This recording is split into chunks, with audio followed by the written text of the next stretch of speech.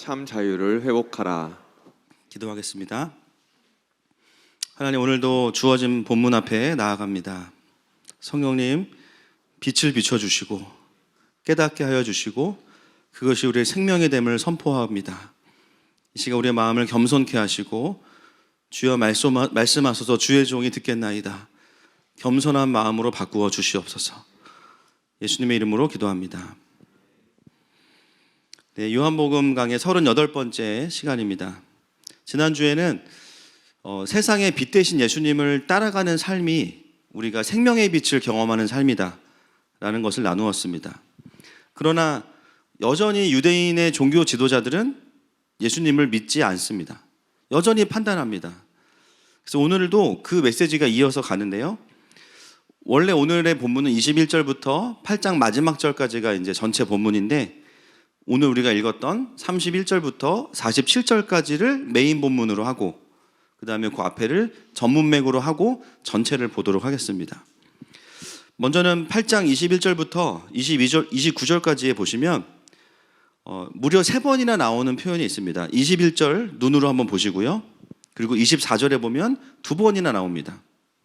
어떤 표현이죠? 너희가 너희 죄 가운데서 죽는다. 이 표현이 3번이나 나옵니다. 이 유대인들은 예수님을 제자들만큼 따라다니지만 믿으려고 따라다니는 것이 아니기 때문에 구원을 경험하지 못해요. 그런데 그들이 그냥 그 상태로 머물러 있는 것이 아니라 어둠 가운데 머물게 되면 어떻게 되냐면요, 계속해서 어둠으로 들어갑니다. 이게 어둠의 특성이에요.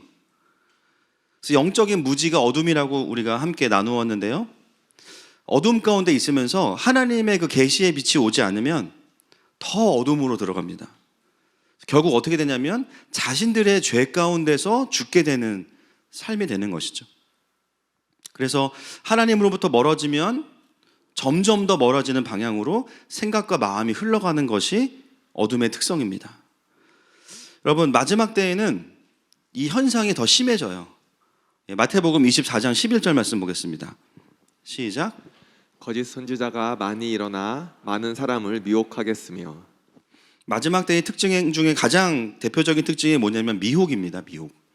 비진리에 미혹되는 거. 그래서 많은 자들이 진리를 떠나서 다른 그리스도를 쫓아갑니다.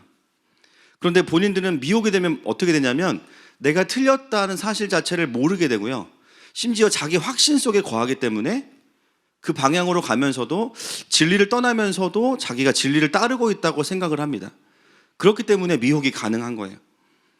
그래서 결국 그들은 예수님을 따라다니고 예수님 근처에 있지만 계속해서 이 미혹의 흐름 가운데 있다는 것이고요.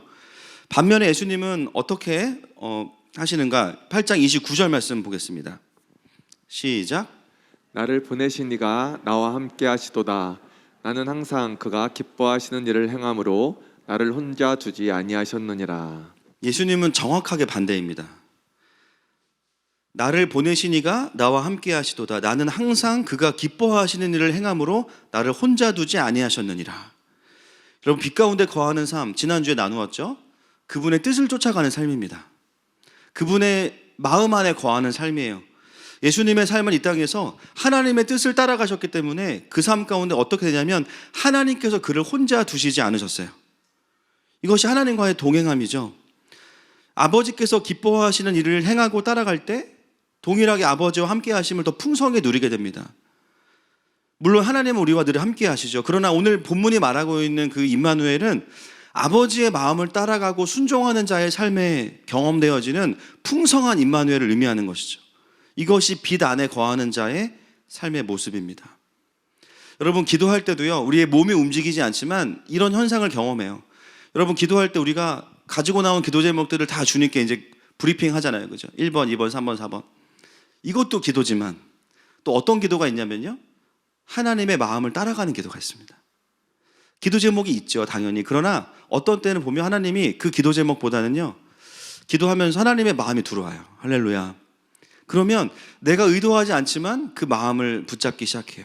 그러면 평강이 임하고 하나님의 뜻이 선명하게 마음속에 깨달아지기 시작합니다.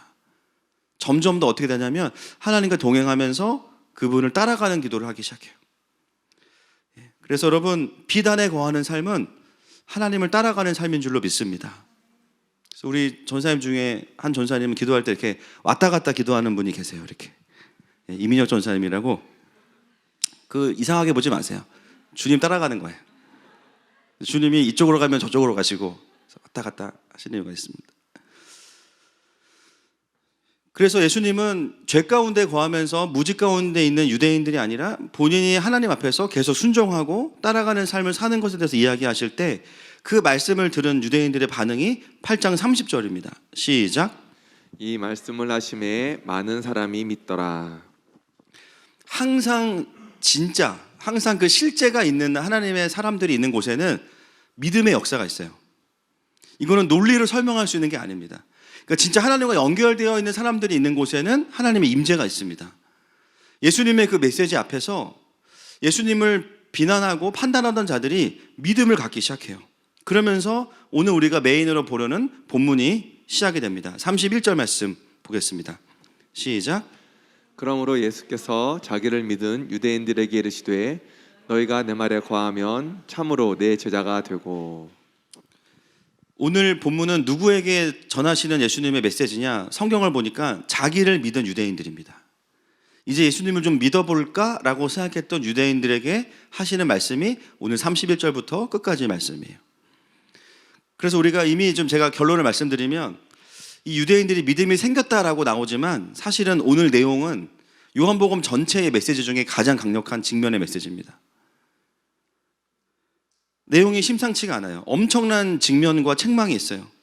그리고 그 메시지를 들은 믿음을 갖겠다고 했던 유대인들의 마지막 모습이 뭐냐면 59절 말씀 같이 한번 보겠습니다. 시작. 그들이 돌을 들어 치려 하거늘 예수께서 숨어 성전에서 나가시니라.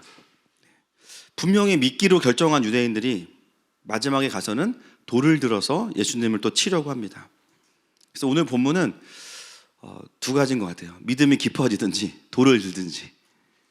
제가 오늘 좀 긴장되는데 그래서 1부 때는 은혜를 주셨어요. 우리가 이 메시지가 끝날 때 돌을 들지 않고 손을 들기를 축복합니다. 자, 32절 말씀 보겠습니다. 시작. 진리를 알지니 진리가 너희를 자유롭게 하리라. 우리가 가장 많이 알고 있고 잘 선포하는 메시지가 32절이죠. 진리를 알지니 진리가 너희를 자유롭게 하리라. 여기서 예수님께서 말씀하시는 진리가 무엇인가? 31절에 보니까 예수께서 자기를 믿은 유대인들에게 이르시되 너희가 내 말에 거하면 참으로 내 제자가 되고 진리를 알지니 이렇게 나옵니다. 즉 예수님의 가르침 안에 진리가 있어요. 그러면 예수님의 가르침은 무엇인가? 여러분, 요한복음 전체 복음서를 관통하는 예수님의 가르침의 핵심은 무엇입니까? 예수님은 이 땅에 육신으로 오셔서 율법의 세부적인 지침들을 설명하지 않으셨어요. 물론 우리가 알 수 없는 기록 중에 그런 메시지도 있겠지만 성경에 주로 기록하고 있는 핵심은 무엇이냐면 율법 하나하나가 아닙니다. 예수님의 선포의 핵심은 한 가지예요. 내가 구원자다. 내가 메시아다라는 것입니다. 결국 제자들이 알아야 되는 메시지, 예수님을 믿기로 한 유대인들이 부딪혀야 되는 메시지가 뭐냐면 예수님이 구원자이시다라는 겁니다. 그래서 예수님이 유일한 구원자이심이 진짜 믿어지는 자들이 진리를 알게 되는 것이고 그 진리가 우리를 자유케 한다. 예수님은 믿음을 갖기 시작한 유대인들에게 바로 또 복음을 전하시죠. 그런데 유대인들의 반응을 보겠습니다. 33절 말씀 시작. 그들이 대답하되 우리가 아브라함의 자손이라 남의 종이 된 적이 없거늘 어찌하여 우리가 자유롭게 되리라 하느냐. 유대인들이 이해하지 못합니다.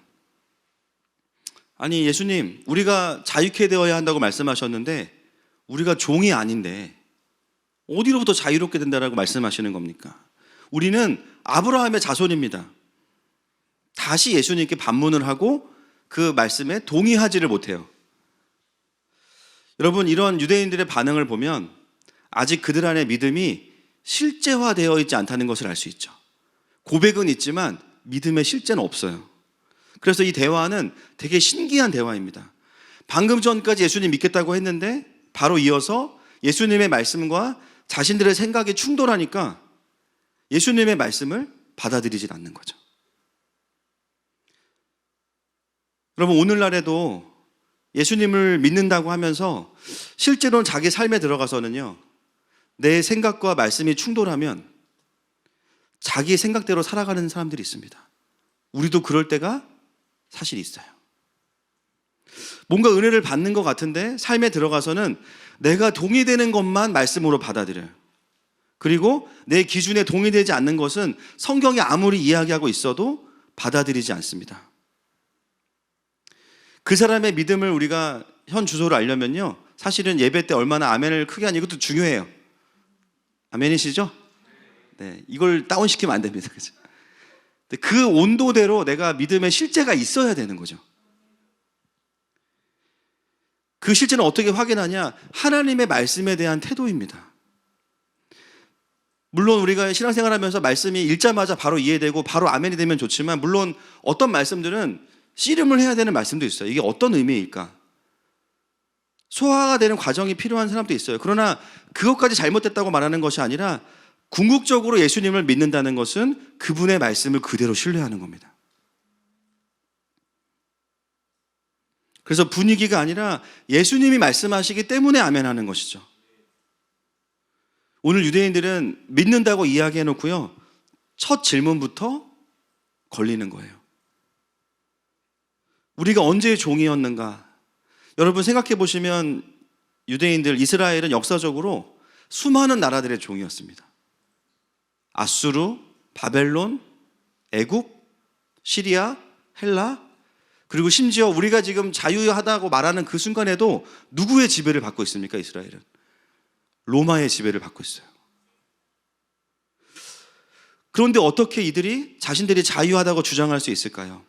그들의 인식은 어떤 마음이었냐면, 우리가 정치적으로는 비참한 노예로 살아왔지만 우리는 여전히 하나님의 백성이고 아브라함의 자녀이기 때문에 그 속에서 우리는 신앙의 자유를 지켜왔어. 그것이 그들의 영적인 자부심이고 긍지였어요. 그래서 그들은 자신들이 어디로부터 종이 되어 있는지를 모르고 있습니다. 그 이야기를 듣자마자 예수님은 정확하게, 여러분 오늘 예수님의 이 대화 방식은 동문서답이 아닙니다. 그렇다고 따뜻한 위로냐? 전혀 아니죠. 오늘은 등짝 스매싱이에요. 네. 때로 우리가 그래요. 하나님, 저는 위로가 필요해요. 근데 위로가 필요한지 직면이 필요한지는 누가 결정하실까요? 그것도 하나님이 결정하시는 거예요. 어떤 때는 하나님은요, 내가 위로가 필요한데 정신 차려! 그러실 때가 있어요. 정신이 번쩍 들게 하실 때가 있죠. 네, 사실 오늘이 그런 본문 중에 하나입니다. 자, 34절 말씀 보겠습니다. 시작. 예수께서 대답하시되 진실로 진실로 너희에게 이르노니 죄를 범하는 자마다 죄의 종이라. 우리가 이 34절을 묵상하면서 또 오해하는 부분이 있습니다. 여기서 범하다라는 이 동사가요, 현재 분사입니다. 그러니까 뭐냐면 우발적으로 범하는 한 번의 실수가 아니라 습관적이고 반복적인 죄를 이야기합니다. 그래서 우리가 이 본문을 묵상하다가 주로 이제 어떤 마음에 걸림이 옵니까, 여러분? 우리가 내가 뭔가 자주 범하는 죄를 이렇게 떠올리게 되면서, 난 죄의 종이야. 나는 쇼핑 중독인데 큰일 나네. 어제도 내가 5개 샀는데 죄의 종이야. 어떡하지? 못 넘어가, 뒤에를. 여기서 막 걸려가지고. 물론 그것도 성령께서 주시는 근심이라고 저는 믿습니다. 물론 돌이켜야 돼요. 그런데 본문이 말하고 있는 그 반복되는 죄악을 말씀하실 때 이것은 누구를 향해서 말씀하시는 거냐면 유대인들입니다, 지금. 여러분, 유대인들이 쇼핑 중독이 있겠어요? 없죠. 여러분, 유대인들의 삶을 놓고 보면 사실은 행위적으로 보면 문제될 게 없는 사람들이에요. 구제 엄청 열심히 합니다. 정해진 시간에 말씀 읽고 삶이 말씀이고요. 그죠? 얼마나 선하게 사는지 몰라요. 근데 그들에게 있어서 반복되는 죄악이라는 것은 본문 안에서 1차적인 의미를 찾아본다면 무엇이겠습니까? 예수님이 계속해서 이 유대인들에게 던지시는 도전이 뭐예요? 그들이 계속해서 짓고 있는 죄악의 본질, 그것은 어떤 행위적인 죄이기 이전에 예수님을 계속해서 부인하는 거예요. 끊임없이 예수님을 인정하지 않는 것, 그것이 그들이 계속 예수님 앞에서 계속해서 범하고 있는 죄악입니다. 구원자이신 예수님을 믿지 않는 거. 여러분, 이게 정확히 풀어져야 35절이 이해가 됩니다. 35절 같이 읽겠습니다. 시작. 종은 영원히 집에 거하지 못하되 아들은 영원히 거하나니. 그들이 구원자이신 예수님을 거절하기 때문에 아무리 노력을 해도요, 그들은 종의 정체성을 벗어날 수 없습니다. 구원자를 통해서만 자녀가 될 수 있기 때문에. 할렐루야. 예수님을 거절하는 순간 그냥 지옥인 거죠. 예수님을 거절하는 순간 죄의 종으로 계속 있는 거예요. 그러니까 유대인들은 아무리 애를 쓰고 노력을 해도 죄의 종으로 지낼 수밖에 없는 거예요. 그러나 아들은 그 집에 영원히 거할 수 있다. 이 말씀을 예수님이 하시는 거죠. 실제로 이 유대인들은요, 특히 유대인 종교 지도자들은 자신들은 하나님 아버지 안에 있다고 생각해요. 그리고 아브라함의 자녀라고 생각합니다. 내가 몇 대째 믿는 집안이고, 우리 부모님은 뭐 장로님이시고, 우리 부모님이 세운 교회가 몇 개고, 잘하셨어요. 그걸 부정하는 게 아닙니다. 그런데 실제로 그 믿음의 실제가 내 안에 있냐는 거예요. 유대인들은 수많은 자신들의 신앙의 배경들을 이야기하지만, 그러나 결과적으로 그들이 신앙생활을 하는 모습을 보면 어떤 모습이냐면, 내가 율법을 지키지 않으면 나는 언제든 버림받을 수 있어. 그들의 행함과 그들의 구원이 완전히 일치되어 있습니다. 그래서 그들의 신앙의 핵심은 뭐냐? 하나님의 영광이나 하나님과의 인격적인 관계가 아니라 항상 이것이 죄냐 아니냐가 제일 중요한 거예요. 안식일에 음식을 하는 게 죄냐 아니냐, 안식일에 어디까지만 걸어갈 수 있느냐, 수많은 규칙들을 만들고 그걸 지킴으로 인해서 구원받는다는 생각들을 가지고 있었죠. 그러니까 신앙생활이 어떠냐면요, 행위 자체에 대한 부담과 긴장이 가득해요. 왜냐하면 그게 그들의 구원의 문제이기 때문에. 실제로 구원도 없었고 구원을 누리는 삶도 그들에게는 없었습니다. 그런데 뭐만 있냐? 자긍심만 있는 거죠. 우리는 아브라함의 자손이야. 나는 모태 출석이야. 아브라함의 자녀라는 정체성만 가지고 있어요. 그래서 예수님은 그들이 자신들을 긍정했던 그 근거들 하나하나를 오늘 말씀을 통해서 완전히 다 무너뜨리고 계시는 거예요. 자, 39절과 40절 말씀 보겠습니다. 시작. 대답하여 이르되 우리 아버지는 아브라함이라 하니 예수께서 이르시되 너희가 아브라함의 자손이면 아브라함이 행한 일들을 할 것이거늘 지금 하나님께 들은 진리를 너희에게 말한 사람인 나를 죽이려 하는도다. 아브라함은 이렇게 하지 아니하였느니라. 그들이 말하는 그 진리로 정말 그 진리에 합당한지를 말씀하시죠. 그래, 너네가 아브라함의 자손이라고 그렇게 얘기하는데, 자, 아브라함이 어떻게 했는지 보자, 이렇게 말씀하시는 거예요. 창세기 18장 1절 말씀 4절까지 보겠습니다. 시작. 여호와께서 마므레의 상수리 나무들이 있는 곳에서 아브라함에게 나타나시니라. 날이 뜨거울 때에 그가 장막문에 앉아 있다가 눈을 들어본즉 사람 셋이 맞은편에 서 있는지라. 그가 그들을 보자 곧 장막문에서 달려나가 영접하며 몸을 땅에 굽혀 이르되 내 주여, 내가 주께 은혜를 입었사오면 원하건대 종을 떠나 지나가지 마시옵고 물을 조금 가져오게 하사 당신들의 발을 씻으시고 나무 아래에서 쉬소서. 아브라함은 어떻게 했습니까? 여호와의 사자가 왔을 때 영접하고 섬겼습니다. 그러나 아브라함의 자손인 유대인들은 예수님을 영접하지 않고 섬기지 않습니다. 자, 12장 4절 창세기 시작. 이에 아브라함이 여호와의 말씀을 따라갔고 롯도 그와 함께 갔으며 아브라함이 하란을 떠날 때에 75세였더라. 아브라함의 아브라함됨은 무엇이냐면 여호와의 말씀을 따라가는 거예요. 그게 아브라함의 본질이죠. 자, 15장 6절 말씀 보겠습니다. 시작. 아브라함이 여호와를 믿으니 여호와께서 이를 그의 의로 여기시고. 아브라함은 믿음도 있었고요, 믿음에 합당한 행위도 있었습니다. 그것을 하나님이 어떻게 여기셨냐면 그의 의로 여기셨어요. 유대인들이 아브라함을 통해서 도전받아야 될 것은 뭐냐면 하나님과의 관계 안에서 풀어졌던 믿음과 삶이었습니다. 근데 그 믿음은 없어요. 그러나 혈통적으로 아브라함의 자손이라는 자긍심만 남아있어요. 예수님은 오늘 그 유대인들이 말하는 자신들의 그 자긍심과 같은, 쉽게 말하면 종교적인 백그라운드를 하나씩 하나씩 무너뜨리고 계신 거예요. 그리고 가장 충격적인 직면을 오늘 이제 시키십니다. 자, 38절 말씀 보겠습니다. 왜 유대인과 예수님이 다를 수밖에 없는가? 시작. 나는 내 아버지에게서 본 것을 말하고 너희는 너희 아비에게서 들은 것을 행하느니라. 자, 이게 무슨 말입니까, 여러분? 뭐가 다르다는 거죠? 아버지가 다른 거예요. 아버지가 달라요. 우리 생각에는 유대인들이 하나님을 알고 하나님 아버지를 섬기기 때문에 약간 시각의 차이 아니야? 약간 좀 서로 양보하면 합의를 볼 수 있는 거 아니야? 근데 예수님 뭐라고 진단하시냐면 너와 나는 아버지가 다르다. 겉으로 보기에는 유대인도 하나님을 섬기는 것처럼 보이고 예수님도 하나님을 섬기는 것처럼 보이지만 실제로 그들이 섬기는 그리고 그들이 연합되어 있는 아비와 예수님이 섬기는 아버님은 다르셔요. 그들은 그들이 섬기고 있는 그 아비에게 들은 대로 행합니다. 근데 그 다른 아비가 누구냐? 아브라함도 아니고 하나님 아버지도 아니에요. 44절 말씀 보겠습니다. 시작. 너희는 너희 아비 마귀에게서 났으니 너희 아비의 욕심대로 너희도 행하고자 하느니라. 그는 처음부터 살인한 자요 진리가 그 속에 없으므로 진리에 서지 못하고 거짓을 말할 때마다 제 것으로 말하나니 이는 그가 거짓말쟁이요 거짓의 아비가 되었음이라. 그 아비가 누구입니까? 마귀입니다. 본문 그대로. 여러분 너무 충격적이지 않습니까? 여러분 유대의 종교 지도자들은요 점을 보러 다니거나 토정비교 이런 사람들도 아니에요. 눈 뜨면 토라를 읽고 묵상하고 시간 되면 예배하고 이런 사람들입니다. 근데 예수님의 평가가 얼마나 냉혹합니까?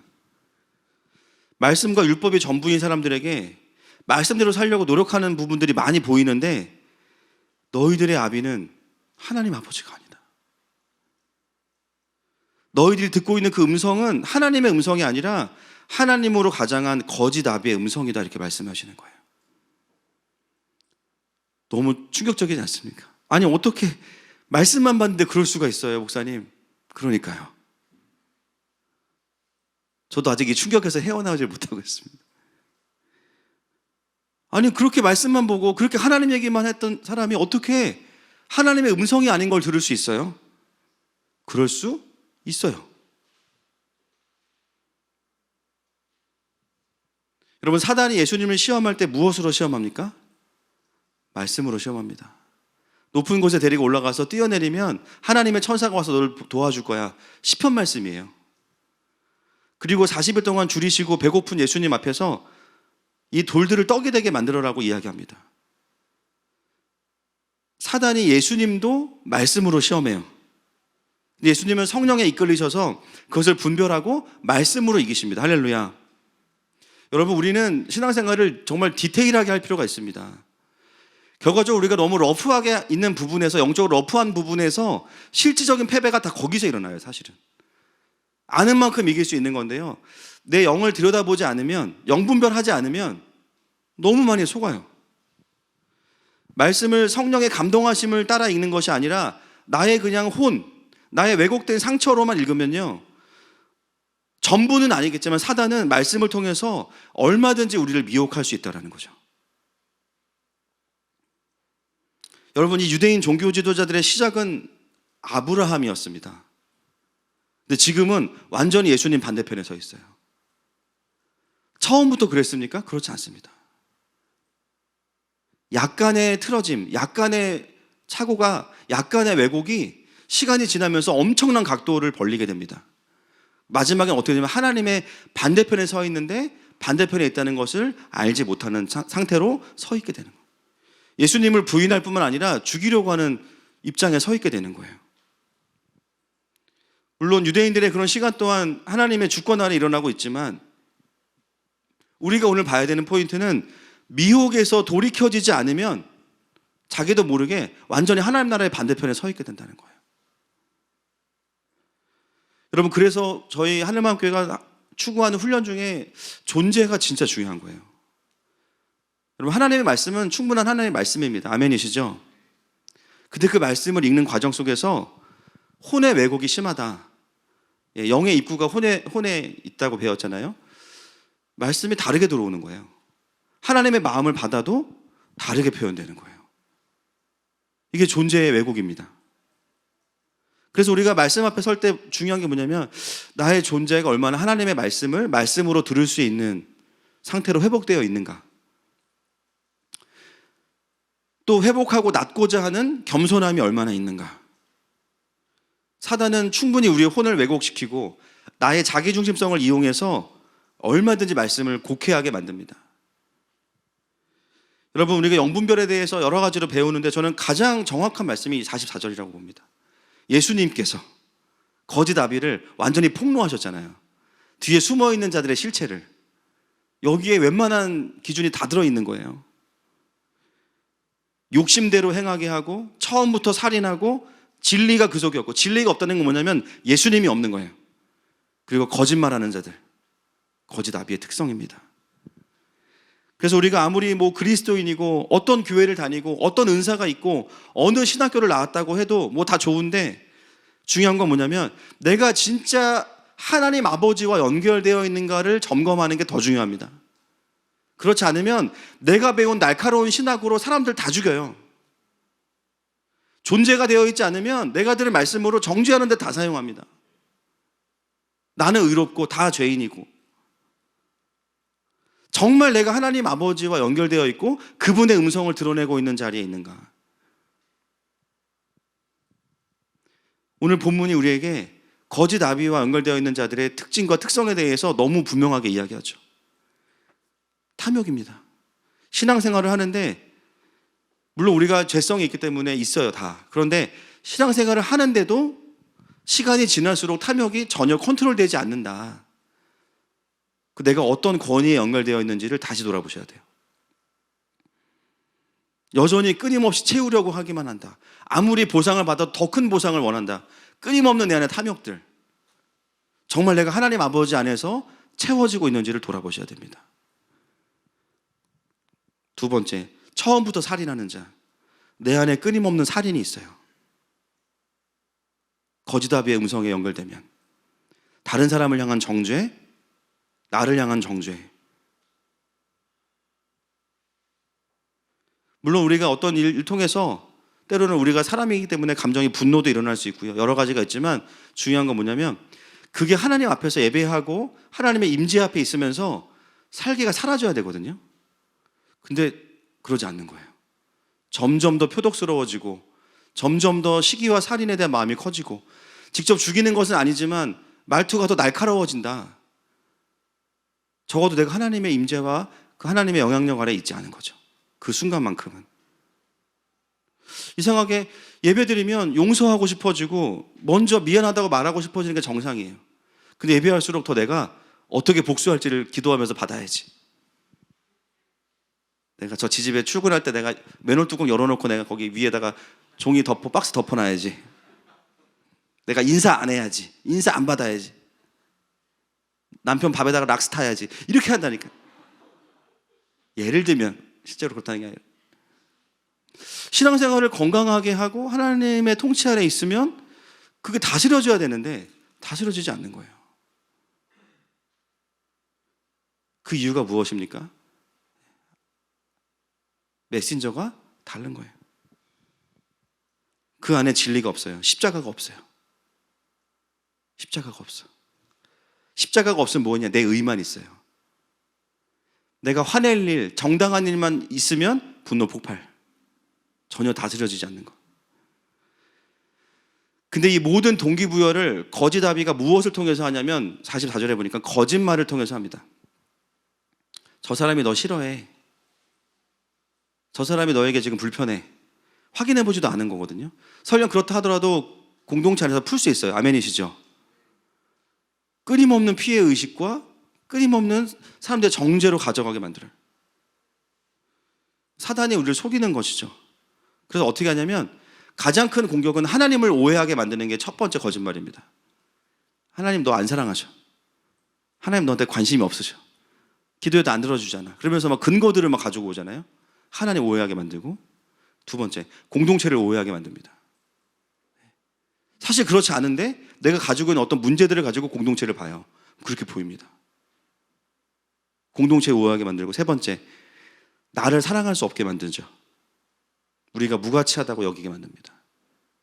이게 다 거짓말이에요. 그래서 분노하게 만들고, 그 다음에 우리에게 어떻게 하냐, 칼을 쥐어줍니다. 그리고 본인들은, 사단은 뒤로 싹 빠져요. 우리는 가서 복수하는 거예요. 이 결과는 뭐냐면 피해의 결과만 났습니다. 그 누구도 회복되지 않아요.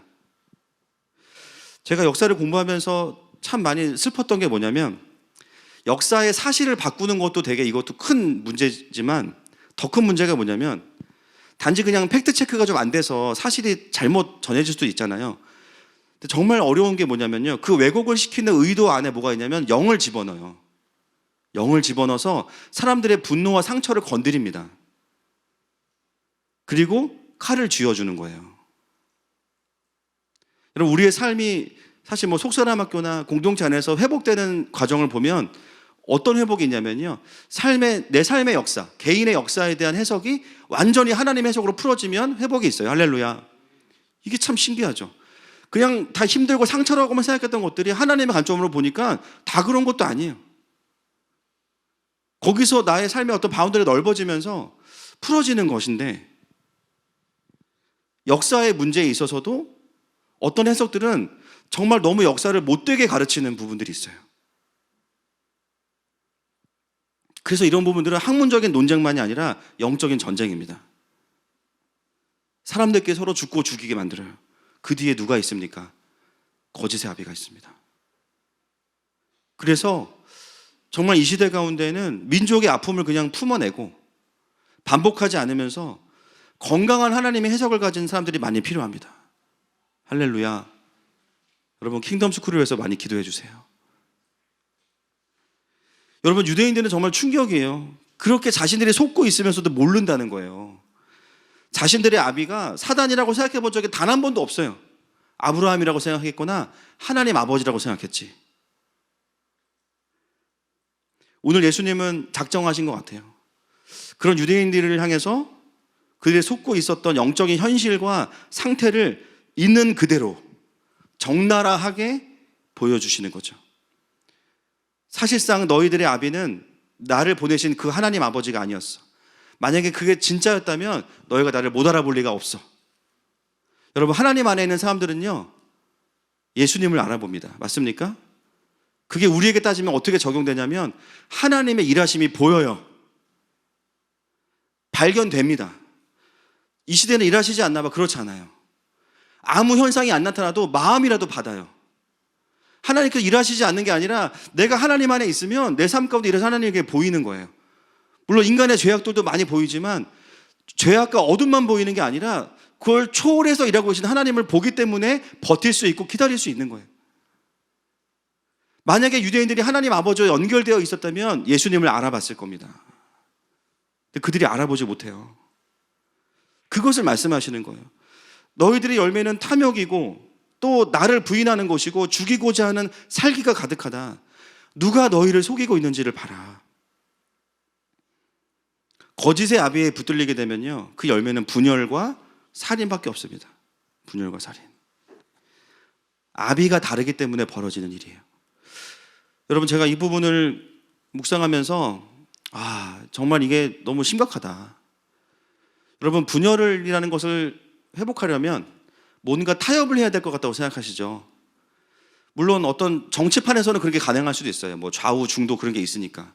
근데 여러분, 이 부분은 그럴 수 있는 게 아니에요. 왜냐하면 아비가 달라서 벌어지는 해프닝이기 때문이에요. 어떻게 회복돼야 되느냐? 그냥 하나님 아버지 앞에 와 있는 사람들은 서로 압니다. 그냥 알아요. 어떤 개념이 아니라 진짜 하나님 아버지 앞에 와 있는 사람들은 서로 보면 알아요. 우리가 같이 가고 있구나.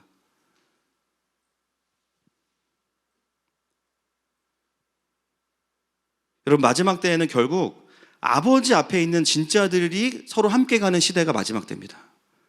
그러니까 분열도요, 무조건 해결하려고 하는 게 답이 아니에요. 하나님께 물어보셔야 돼요. 하나님, 이거를 내가 그냥 인간적으로 봉합하겠습니다. 뭘 봉합을 해요? 아비가 다른데.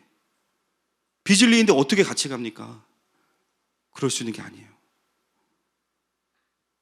우리는 어디에 힘써야 되냐면 자녀의 마음을 아비에게로 돌이키는 데 힘써야 됩니다. 그리고 누구를 살리려면 아버지 앞에 있는 그 자리를 빼앗기면 안 돼요. 이거 놓치면 구하러 갔다가 나도 죽어요. 자신 없으면 가지 마시오. 그리스도 안에 있을 때만 생명이 있습니다. 마지막 때에는요, 이 미혹과 이 공격이 이미 진짜 심해요. 어떻게든 이 자리에 있지 못하도록 여러 가지 이슈들로 끄집어냅니다. 오늘 예수님은 유대인들에게 말씀하시는 거죠. 어떻게 그러면 죄의 종에서 해방될 수 있는가? 36절 말씀 시작.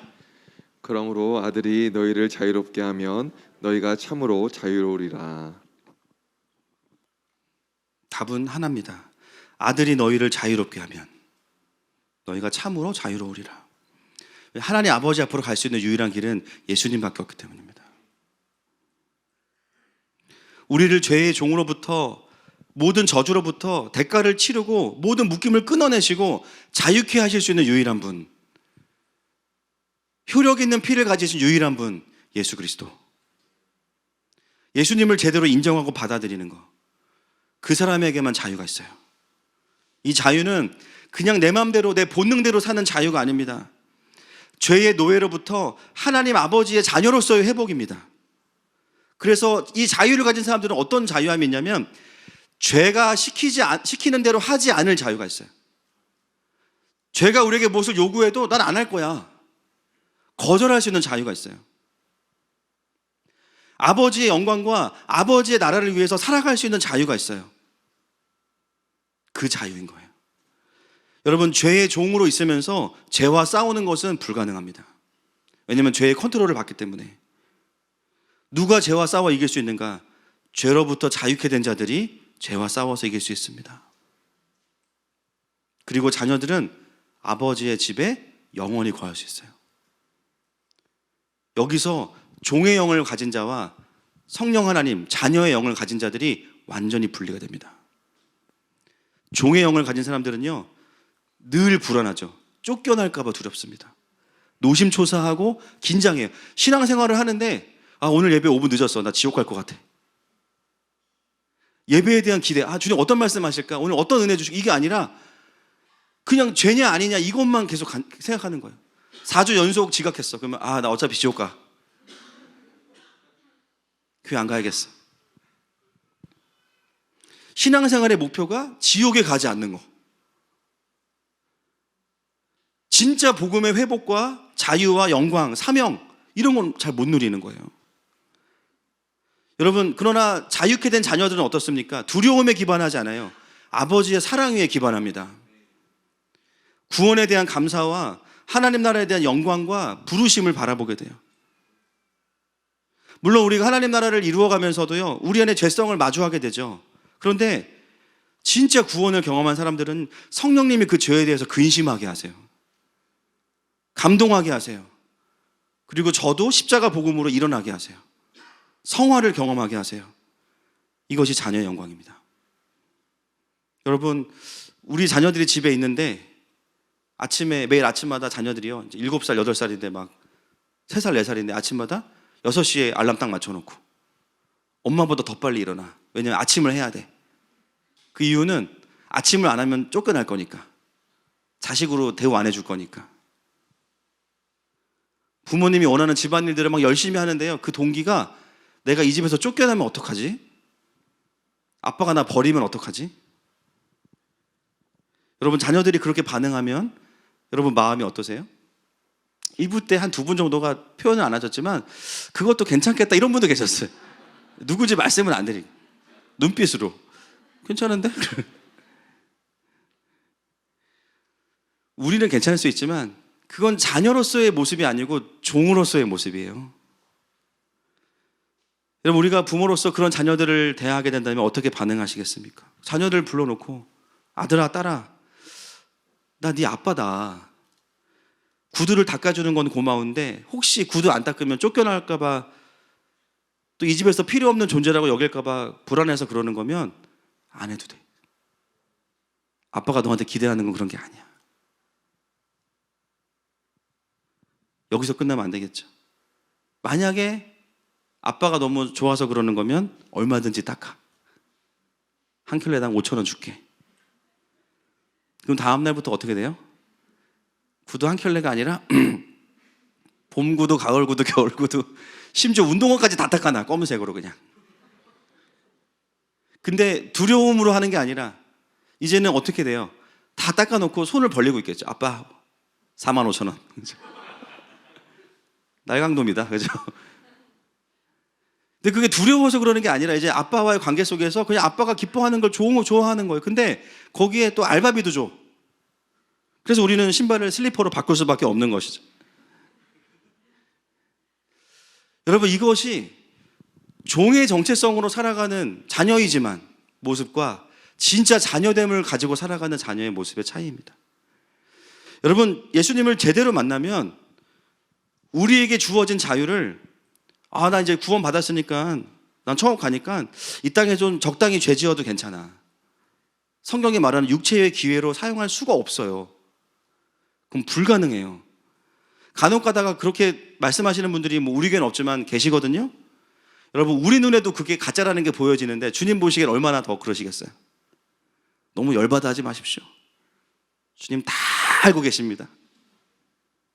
그런 분들이 우리에게 구원론의 모델이 될 수가 없는 거예요. 우리의 부르심은 뭐냐? 구원받은 자로, 구원받은 자유한 자녀로서 부르심에 합당하게 영광 가운데 살아가는 것입니다. 거지다비의 메시지에 묶이지 않는 거예요. 그래서 진짜 구원을 경험한 사람들은 율법주의자들보다 더 거룩을 추구하는 사람이 됩니다. 그리고 매일의 구원을 이루어가요. 여러분, 아들이셨던 예수님은 유대인들보다 자유하셨지만 유대인들보다 거룩하셨어요. 제가 마지막으로 말씀을 쭉 읽고 마치려고 합니다. 에베소서 5장 1절부터 이 자녀의 정체성에 대한 메시지를 같이 쭉 읽겠습니다. 시작. 그러므로 사랑을 받는 자녀같이 너희는 하나님을 본받는 자가 되고 시작. 너희는 다시 무서워하는 종의 영을 받지 아니하고 양자의 영을 받았으므로 우리가 아빠 아버지라고 부르짖느니라. 성령이 친히 우리의 영과 더불어 우리가 하나님의 자녀인 것을 증언하시나니. 에베소서 5장 8절. 너희가 전에는 어둠이더니 이제는 주 안에서 빛이라. 빛의 자녀들처럼 행하라. 갈라디아서 4장 31절. 그런즉 형제들아 우리는 여종의 자녀가 아니요 자유 있는 여자의 자녀니라. 마지막으로 갈라디아서 5장 1절 말씀 시작. 그리스도께서 우리를 자유롭게 하려고 자유를 주셨으니 그러므로 굳건하게 서서 다시는 종의 멍에를 매지 말라. 아멘. 오늘은 제가 굉장히 피곤합니다. 왜냐하면 주일 설교를 어제 밤 11시에 다시 뒤집어 엎었기 때문입니다. 도저히 하나님께서 이 마음을 제가 견딜 수 없게 주시는 거예요. 원래는 다른 포인트였어요, 사실은. 하나님 제 마음에 주셨던 게 뭐냐면 우리 가운데 자녀인데 종의 정체성을 가진 내 자녀들을 좀 자유케 해달라. 그 마음을 제가 견딜 수가 없는 거예요.